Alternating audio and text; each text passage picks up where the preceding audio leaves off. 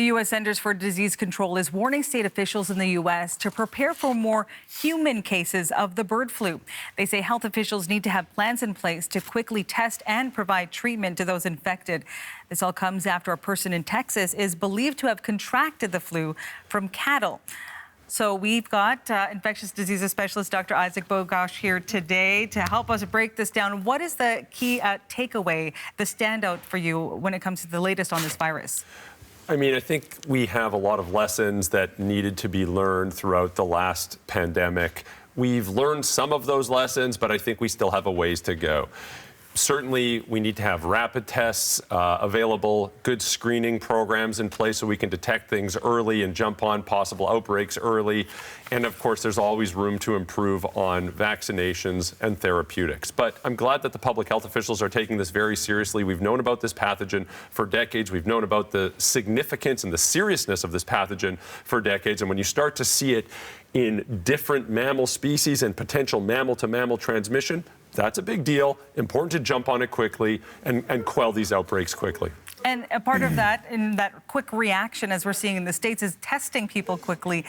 Does Canada's healthcare system have the ability, coming out of the pandemic, we saw, how things changed when we had to react quickly and the strain on the healthcare system. How would it happen and how would it play out here in Canada? Time-stamping this conversation to April of 2024, but in general, we have seen avian influenza in Canada. We can screen for impacted animals, both in farming areas and wildlife. We can screen humans. There are processes in place to do so. There are labs that have the capacity to do this.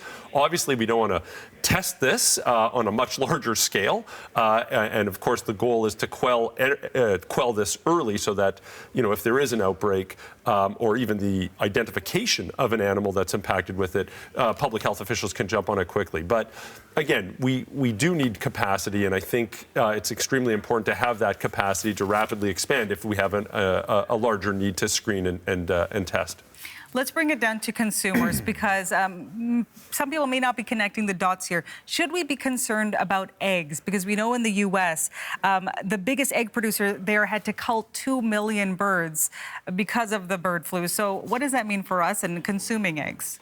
Yeah, so I think even taking a step back, we know that birds, of course, are involved. Both migratory birds and farm birds can be infected, and also now we've seen cows. So we're talking about food safety, and we have significant oversight of the food industry to really ensure that there is safety of the products that enter our grocery stores and go onto our tables. Now, from an egg standpoint, listen, when there's bird flu outbreaks on poultry farms, those farms are closed and all the birds are culled. And that's how that's dealt with. So that the probability of having impacted eggs on our tables is extraordinarily low. Milk, for example, again, we know in the United States there's several farms that are impacted by this. And of course, those products are not making it to market. And there's screening in place.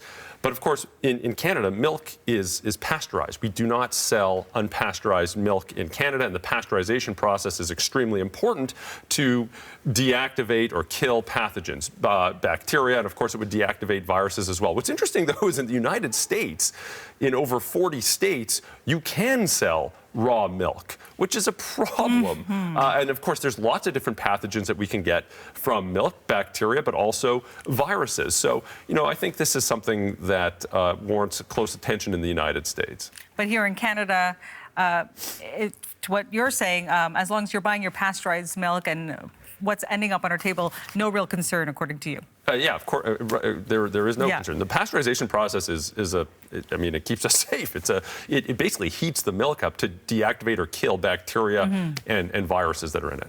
Let's talk about the spread of this virus. What stands out to you just about how it's spreading? So this year has been a much bigger year for avian influenza. And we're talking about hundreds of millions of wild birds, migratory birds, have been impacted and have died from this. And of course, the birds that are dead are now eaten by scavenging animals. So there's been more mammals that have been impacted by it.